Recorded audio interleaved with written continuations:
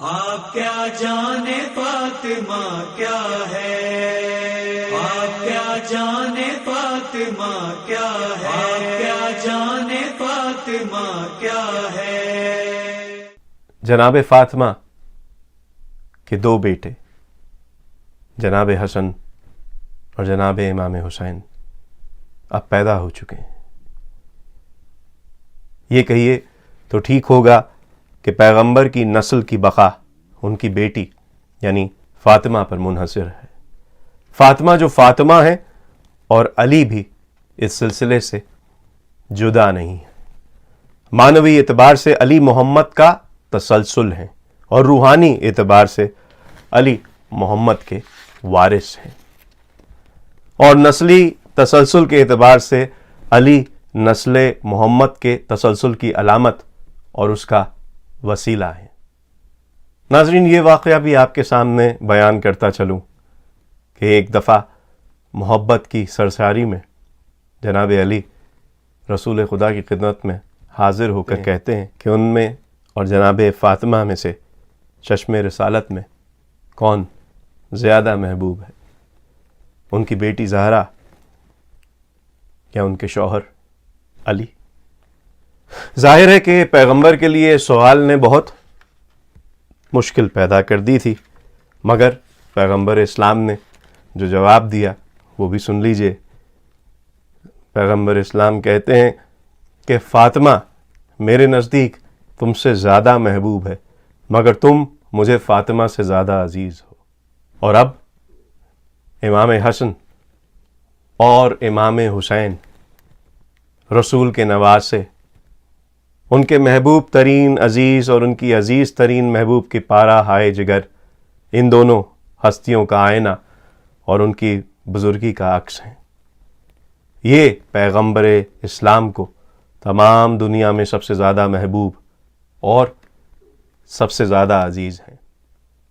اور ناظرین، پھر یہ واقعہ بھی درج ہے کہ رسول خدا روزانہ جناب فاطمہ کے گھر آتے تھے۔ حسنین کی ولادت کے بعد آپ کا یہی معمول تھا۔ ایک دن آتے ہیں تو کیا دیکھتے ہیں کہ جناب علی اور جناب فاطمہ محو خواب ہیں، اور جناب حسن بھوکے ہیں اور گریہ کر رہے ہیں۔ ان دونوں ہستیوں سے اتنی محبت ہے کہ دونوں کو جگانا پسند نہیں کرتے، خود باہر جاتے ہیں اور ایک دمبی سے اس کا دودھ دھوتے ہیں اور خود جناب حسن کو پلاتے ہیں۔ مگر اس کے برعکس ایک روز رسول خدا جناب فاطمہ کے گھر کے سامنے سے گزر رہے ہیں اور آپ کے کانوں میں حسین کے رونے کی آواز پہنچتی ہے۔ آپ واپس مڑتے ہیں، بیٹی کے گھر میں داخل ہوتے ہیں اور ایسی حالت میں ہوتے ہیں کہ آپ کا تمام جسم لرز رہا ہوتا ہے، اور فرماتے ہیں کیا تم نہیں جانتی ہو کہ اس کے رونے سے مجھے کس قدر اذیت ہوتی ہے؟ رسول خدا کی محبت کا محور اب صرف حضرت علی اور جناب فاطمہ کی ذات نہیں ہے، حسنین بھی ان کی محبت میں پروان چڑھ رہے ہیں۔ روز و شب اسی طرح گزر رہے تھے اور ہر لحظہ فاطمہ کی زندگی میں مٹھاس کھول رہا تھا۔ یہ فاطمہ کی زندگی کا وہ شیریں ترین دور تھا کہ جس نے ماضی کی تلخ یادوں اور دور گزشتہ کی مصیبتوں اور پریشانیوں کی یادیں آپ کے دل سے محو کر دی تھیں۔ پھر فتح خیبر کے بعد یہودیوں نے فدق کا زرخیز علاقہ پیغمبر کو ہدیہ کیا اور حضور نے اسے فاطمہ کو عطا کر دیا۔ فاطمہ جن کے گھر میں 4 چھوٹے بچے موجود تھے، کچھ دنوں کے لیے ہی مگر تنگ دستی کے حصار سے آزاد ہو گئیں۔ مگر ناظرین، جن کے رتبے ہیں سوا، ان کو سوا مشکل ہے۔ پیغمبر کی رحلت قریب ہے۔ پیغمبر فرما رہے ہیں کہ کاغذ اور قلم لاؤ تاکہ تمہارے لیے ایک ایسا نوشتہ لکھ دوں کہ تم میرے بعد گمراہ نہ ہو سکو۔ لوگ اس حکم کو نہیں مان رہے ہیں، شور و غل کر رہے ہیں، اور فاطمہ خاموشی سے یہ منظر دیکھ رہی ہیں۔ رسول کی وفات ہو چکی ہے، فاطمہ پر مشکلوں کا دور شروع ہو چکا ہے۔ فاطمہ خاموش بھی رہ سکتی ہیں، مگر فاطمہ فاطمہ ہے۔ فاطمہ نے اپنی پوری زندگی میں رسول خدا سے صرف اس بات کی تربیت لی ہے کہ باطل کی سیاہ رات کتنی ہی طویل کیوں نہ ہو، حق کا سورج طلوع ضرور ہوتا ہے۔ ناظرین، پیغمبر اپنی وفات سے پہلے جناب فاطمہ کے کان کے قریب اپنا منہ لاتے ہیں اور کہتے ہیں کہ یہ بیماری مرگ ہے، میں دنیا سے رخصت ہو رہا ہوں۔ فاطمہ اپنا سر ہٹا لیتی ہیں۔ بدبختی اور مصیبت کے پہاڑ میرے سر پر ٹوٹ پڑے، جناب فاطمہ کہتی ہیں، میری طاقت جواب دینے لگی، مجھے اپنے والد کی جدائی کا داغ سہنا ہوگا، یہ مصیبت مجھ سے کیسے برداشت ہوگی؟ نزدیک تھا کہ میرا دل غم سے پارا پارا ہو جائے، مگر یہ قبر صرف مجھی کو کیوں دی گئی؟ حالانکہ میں اس قبر کو، غم کو برداشت کرنے کی سب سے کم تاب رکھتی ہوں، لیکن میرے باپ کی نگاہیں صرف میری طرف جمی ہوئی ہیں، وہ صرف میری طرف دیکھ رہے ہیں۔ یہ نگاہیں کہہ رہی ہیں کہ ان کا دل اپنی بیٹی کے غم میں جل رہا ہے۔ یہ بیٹی وہ ہے کہ جو اپنے باپ کو بہت محبوب رہی ہے، جو بچپن سے اپنے باپ کی شفقت اور محبت کا مرکز رہی ہے۔ پیغمبر پھر اشارہ کرتے ہیں، کچھ کہنا چاہتے ہیں۔ وہ فرماتے ہیں، اے میری بیٹی، تو وہ پہلا فرد ہوگی جو میرے خانوادے میں میرے پیچھے آ کر مجھ سے ملے گی۔ فاطمہ، کیا تو اس بات سے راضی نہیں کہ تو اس امت کی عورتوں کی سردار ہے؟ کیسی عظیم تسلی ہے، کیسا عجیب مژدہ ہے۔ اے پدر بزرگوار، آپ پر آفرین ہو۔ آپ سمجھ سکتے تھے کہ فاطمہ کے لیے اس وقت کیسی تسلی کی ضرورت ہے۔ وہ کون سا مژدہ ہے جو اس کے غم کی آگ کو سرد کر سکتا ہے؟ یہ حرف تسلی، یہ مژدہ خود میری قبر مرگ کے علاوہ اور کیا ہو سکتا تھا؟ ناظرین، یہ بات یہاں پر سوچنا بہت ضروری ہے کہ فاطمہ نے اپنے پدر بزرگوار سے اس طرح محبت کی جیسے ایک ماں اپنے بچے سے کرتی ہے۔ یہ امر محض اتفاق نہیں ہے کہ پیغمبر نے بستر مرگ پر صرف ان کو تسلی دینا ضروری سمجھا تاکہ وہ فرقت پدر کے صدمے کو برداشت کر سکیں۔ یہ تسلی بھی کیسی عجیب تسلی تھی کہ خود فاطمہ کی موت کا مژدہ تھا۔ پیغمبر نے انہیں یہ خوشخبری دی تھی کہ وہ دوسری دنیا میں سب سے پہلے اپنے باپ سے جا کر ملیں گی۔ یہی وہ تسلی ہے جس نے بیٹی کو اپنے باپ سے جدائی کا صدمہ برداشت کرنے کی ہمت عطا کی۔ رسول اب انتقال کر چکے ہیں۔ اسلام کی قسمت سقیفے میں طے ہو چکی ہے۔ آج فاطمہ کے لیے ہر چیز ٹوٹ پھوٹ گئی ہے۔ ان کی تمام کوششیں، قربانی اور جد و جہد بے نتیجہ نظر آنے لگی ہے۔ ہر دیوار پر مورچہ، ہر منارہ جسے انہوں نے بڑی محنت اور مشقت سے بنایا تھا، ٹوٹ کر زمیں بوس ہو رہا ہے۔ اب فاطمہ کے لیے جز علی اور کوئی سہارا اور پناہ نہیں ہے۔ خود علی اب مدینے میں بے سہارا ہو گئے ہیں۔ ناظرین، ڈاکٹر علی شریعتی 2 سطروں میں مولا علی کی رسول خدا کی وفات کے بعد تنہائی کا جواز پیش کر رہے ہیں کہ جب کوئی انسان اپنے وقت کی سطح سے اس قدر بلند ہو جاتا ہے کہ دوسرے اس کی عظمت اور انفرادیت کی تاب نہیں لا سکے تو پھر وہ انسان تنہا ہو جاتا ہے۔ اب دور وہ ہے کہ علی کو بدنام کیا جا رہا ہے۔ ہر شخص جانتا ہے کہ علی کو بدنام کرنے کی اس مہم کا محرک وہ کینہ اور عداوت ہے جو جنگ بدر خندق میں علی کی تلوار کے کاری زخموں کے رد عمل کی حیثیت رکھتی ہے۔ اب مدینہ میں تاریخ 3 اہم لفظوں کے گرد گردش کر رہی ہے: مسجد، خانہ فاطمہ اور خانہ پیغمبر، جہاں اب موت کا سکوت طاری ہے۔ تعجب کی بات یہ ہے کہ یہ تینوں نقطے یکجاں ہیں، ان کی دیوار سے دیوار ملی ہوئی ہے۔ ہاں، ان تینوں کے درمیان ایک دیوار سے زیادہ کا فاصلہ نہیں ہے۔ اسی دیوار میں ایک دروازہ ہے اور اس دروازے کو آگ لگانے کے لیے، اس گھر کو جلانے کے لیے کچھ لوگ آمادہ ہیں۔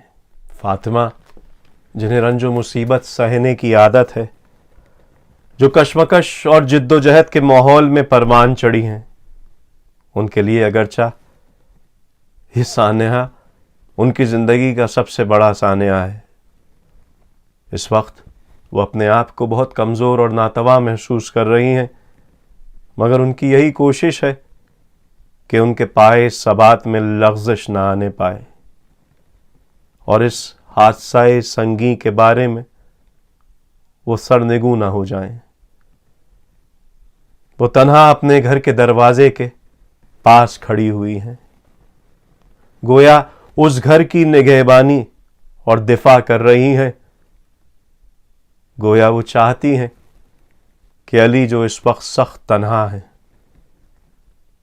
اپنی حمایت اور اپنی حفاظت سے انہیں سہارا دیں۔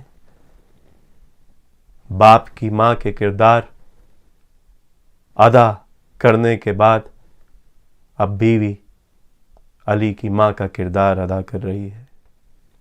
ناظرین، جناب فاطمہ کا کردار حق کا پرچار ہے۔ انہوں نے کبھی بھی اپنی ناراضگی کو دنیا سے نہیں چھپایا۔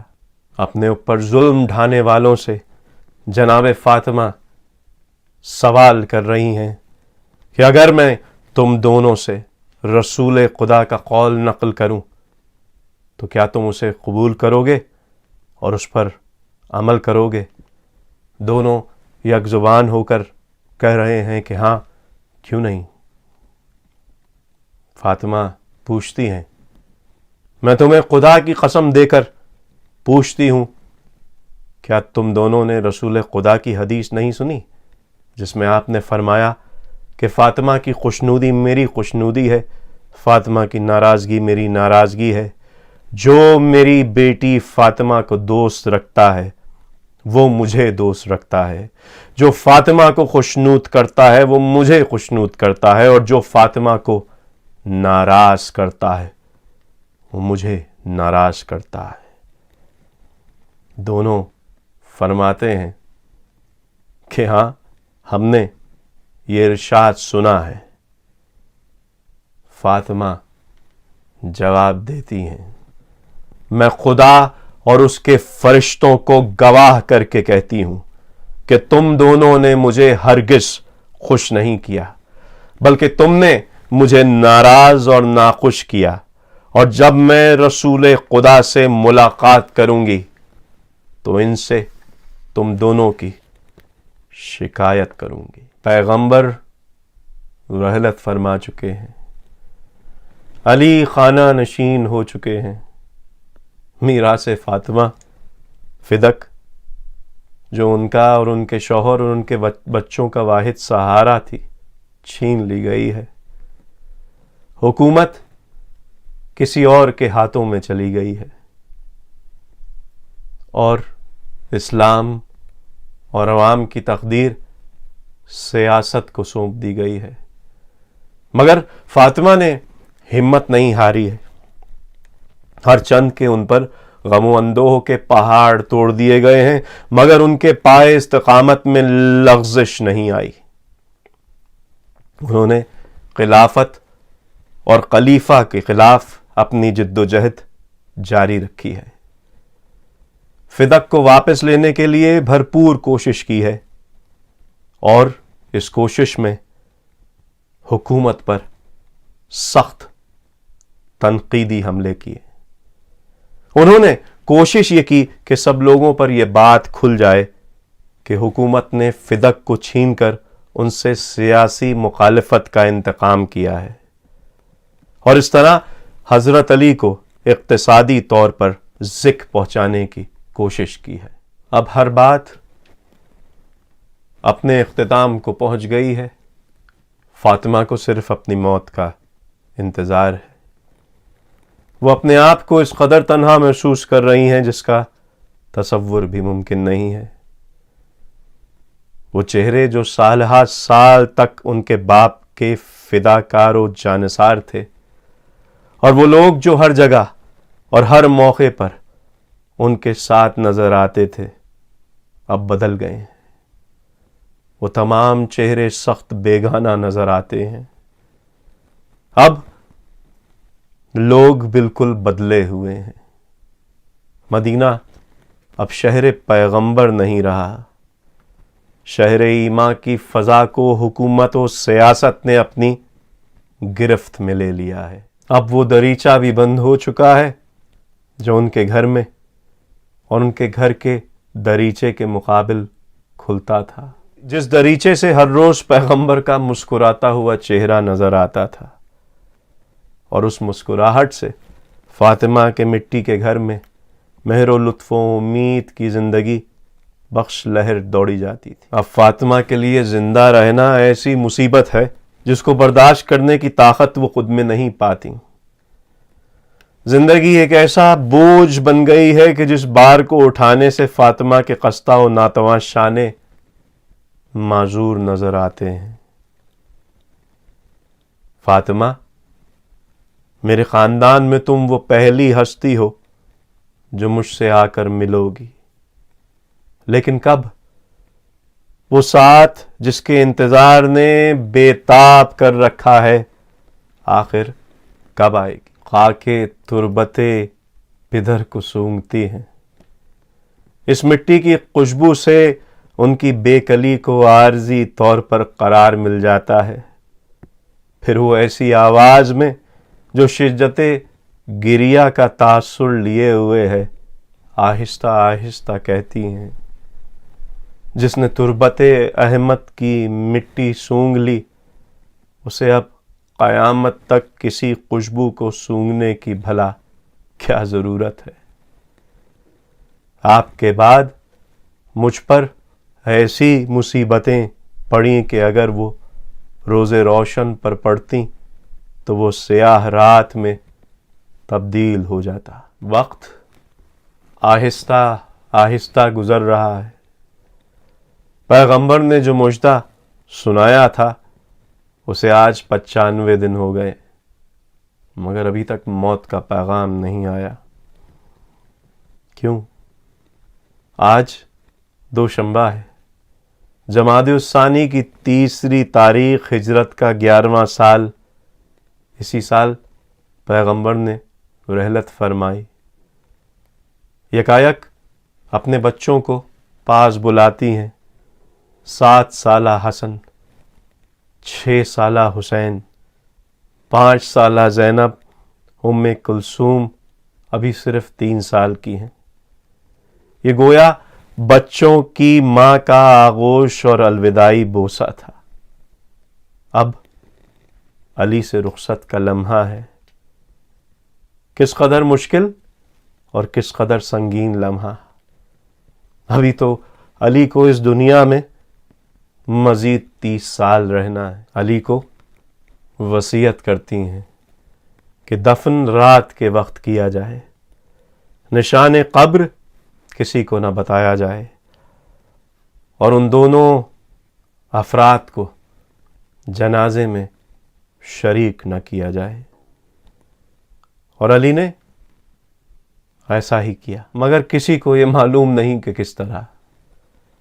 یہ اب تک کوئی نہیں جانتا کہ انہیں کہاں دفن کیا گیا، ان کے اپنے گھر میں یا جنت البقیع میں، اور اگر بقیع میں تو کس طرف، کسی کو کچھ معلوم نہیں۔